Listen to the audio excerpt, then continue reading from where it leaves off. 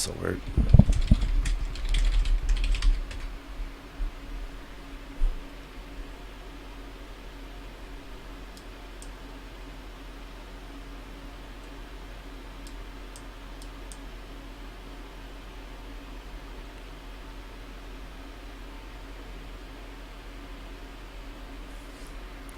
Can you see the picture now?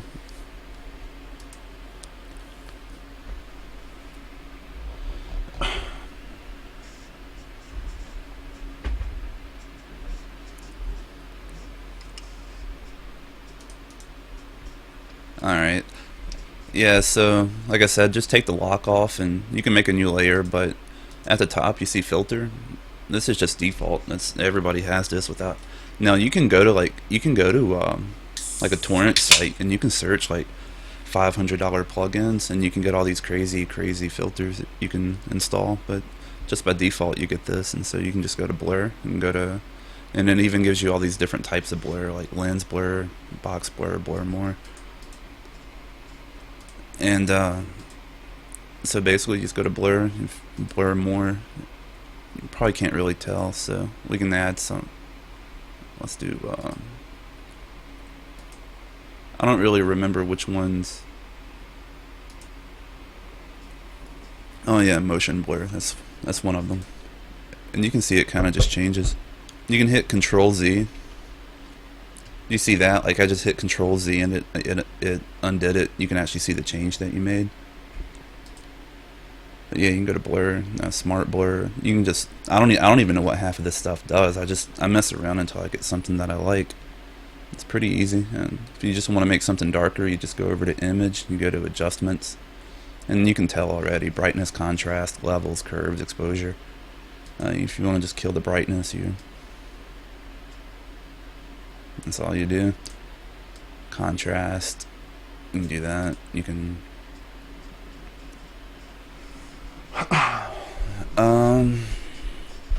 let's see, you can do hue, saturation, color balance, photo filters. You can invert shit.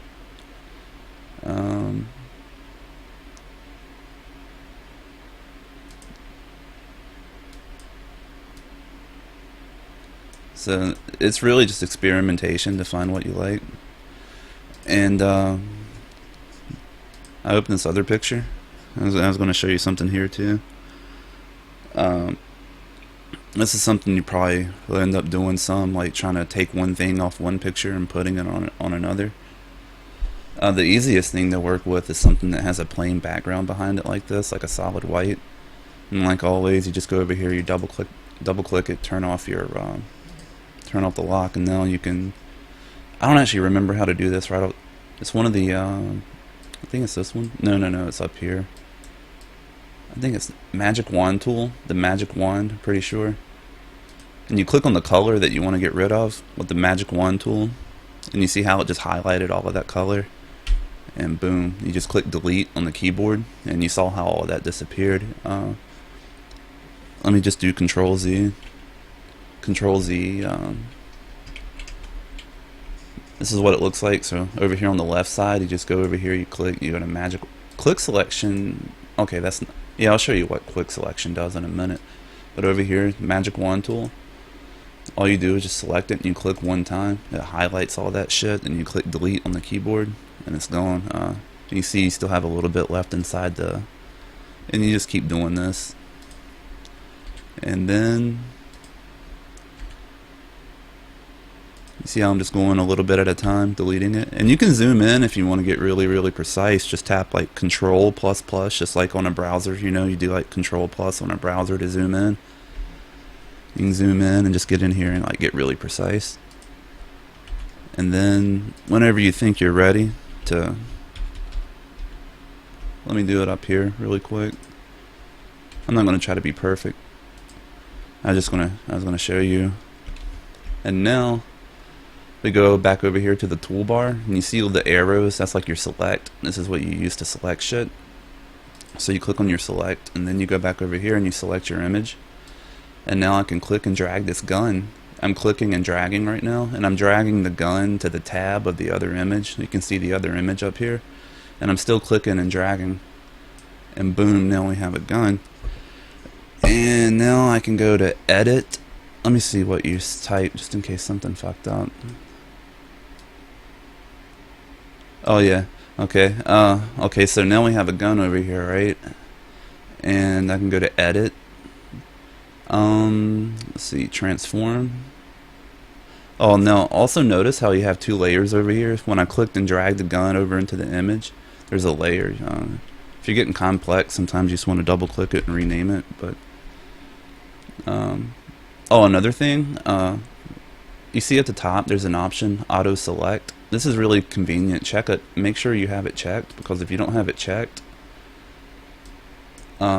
see, I can't, like, I'm trying to click on the other layer. I'm trying to click on the background, and I can't do it. I got to go over here and manually do it. Manually select the layer. And, you know, you see that I select it, and I go over here. See, I can drag the background around. But if you just do auto select, you don't have to do that. You can just, as soon as you click on it, it changes layers for you automatically. But if you don't have that checked, you got to go over here and manually move it around. So I like to have it on. It's just a convenience thing. But anyway, you can go to edit and then go to transform. Well, I don't even have to do that. Well, I'll show it to you. Just go to transform. Which one is it? Flip horizontal. Yep, flip it this way. And what I'm going to do is I'm going to make it look like she's holding a gun. But so now I just got to zoom in again, because what I'm going to do is make a copy of her hand. That way we can overlap the hand on top of the gun. That way it looks like the gun is behind the hand. So I'm just zooming in. I'm just going to click and drag this out of the way. And remember I showed you the wand tool? Quick selection tool was the one I tried originally and I messed up. Let me zoom in a little bit more.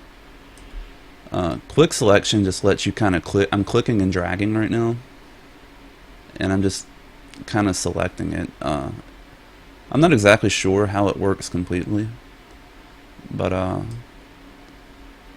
oh shit, I was on the wrong background. I gotta select the back. You gotta make sure I gotta select the background to do work on it, because what I just did, I was on the wrong layer. The quick select tool doesn't work with anything but the actual select tool. Like, remember I was talking about auto select? That only applies to this one select. This is like, these two go together. It doesn't actually work for anything else. So like when you click over here to another tool, that doesn't, so you gotta manually select your layer again.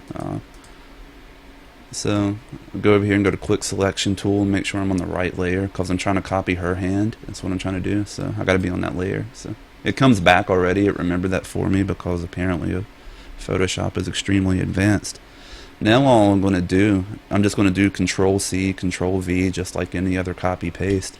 And you can watch my layers when I do it. Control C, Control V, and it just gave me a new layer. And it just copied her hand, that selection, on top of it. So now well, let me resize the gun now.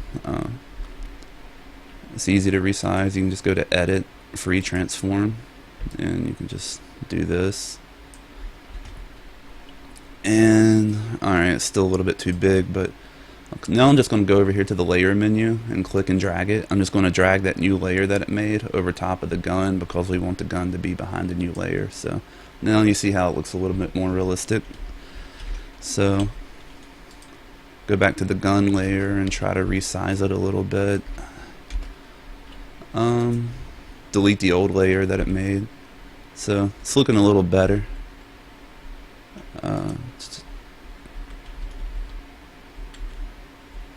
You know, to be completely realistic, you'd have to change your fingers and shit, but I'm just... And then you can actually make a copy of this one. Actually, you can make copies of both of them. I'm just going to shift click and just... Let me see if I can... Yeah, duplicate layer. And it's going to duplicate both of them. And now that I have them both highlighted, I'm just going to use the arrow keys on the keyboard. And look how I'm just using the arrow keys. I have them highlighted in the layers, and I'm just dragging it straight across. I'm not even using the mouse. I'm just using the... You could use the mouse if you wanted to. I'm just showing you. Photoshop is pretty flexible. I mean, I could just click and drag this just like this. You know, I was just using the mouse. And sometimes the arrow keys are nice for like really good alignment. And then remember, you just go back to get it to point the right way. You just go to Edit. Just go back to Transform, flip it on the horizontal side, And that's it pretty much. You just and now we can just go back to here and go to image adjustments, kill the brightness. Oh, see how I only had the background selected. That's if you look at my layer palette, I only have the background. That's why the contrast didn't change on the guns. But maybe sometimes you don't want the contrast to change on the guns. Maybe you want to add a different effect because there's. Let me select and right click. Let me select and right click both gun layers, and I'm going to right click them. That's not going to let me do that. Why?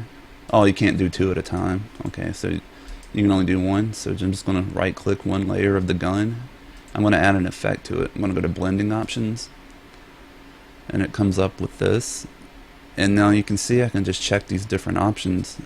It's on the other gun. Yeah, so let me uncheck them. Okay, this is what it looked like before I loaded the blending options. And now I can just, I can do. You can be artistic with this. It doesn't have to. I'm just making some tacky looking shit, but that's pretty. I mean, it's not too crazy. You just got to mess around with it and get familiar with the toolbar. It'd probably be good to look up maybe like a 20-minute video to watch alongside of or something while they teach you things over here on the toolbar, the left side. Yeah, that idea just came together about the guns. I don't. It just popped in my head. Like I was just thinking of a prop item to. And as I was sitting here talking, I was like, "Holy shit! I'm going to put the guns in her hands." I originally just got a picture of the gun to just show you how to delete the white background. Like, you remember how this had the white background over here? Let me see if I can Control Z on it. Yeah, I'm just hitting Control Alt Z. I'm just tapping it over and over, and you can watch it undo everything. It has a huge memory. And now we're back at the very beginning. Photoshop is powerful as shit, man. It just takes a little bit of getting used to. So over here I use the magic wand tool. Remember, magic wand, click on it, click delete. You got to make sure you unlock the layer and all that. But I mean, I guess it's kind of to add text. It would be like, here's the T button over here. This is pretty straightforward shit for the most part. Text, you click and drag a spot to where you want to write, and then just Brazilian dirt, and then you can just highlight it, select it, and then you can just start making changes to it. This shit's a little bit just like using email or MS Word or whatever right here, because it's just like a typical whatever. But then, just like anything else, you can go and add effects to it, like like the popular font. Like, see, I just made this in a white font, but like the popular meme style is to have like a black background highlighting the text to make it easier to read. So over in the layer palette, just going to right click on the layer or the text font where Brazilian dirt. I'm just going to right click and go to blending options. That's what we did a minute ago, and just add a stroke. And now you see how it highlights the letters around the words. This is the stroke effect, and you can change the size of it. You can make it bigger, or this is kind of good for adding like a shadow or whatever. You can change the color of it. You can make it green or whatever. Then you can add an inner glyph, or you can make a yellow glow, I guess, and try to oh, I know, let's do color overlay of yellow,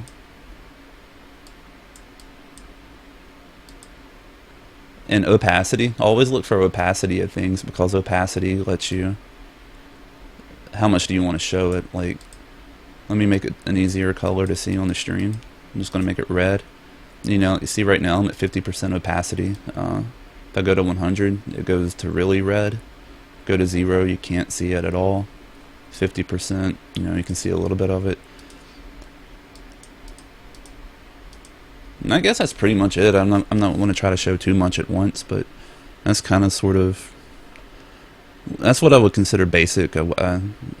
something that you could probably just pick up in 30 minutes or so. You'd probably remember some of it just from watching me, but that's the kind of stuff you can do with just basic knowledge of the toolbar. Because I don't really know that much about it. I just kind of use it a couple times a week and get better at using it. Let me go ahead and stop this before my processor catches on fire.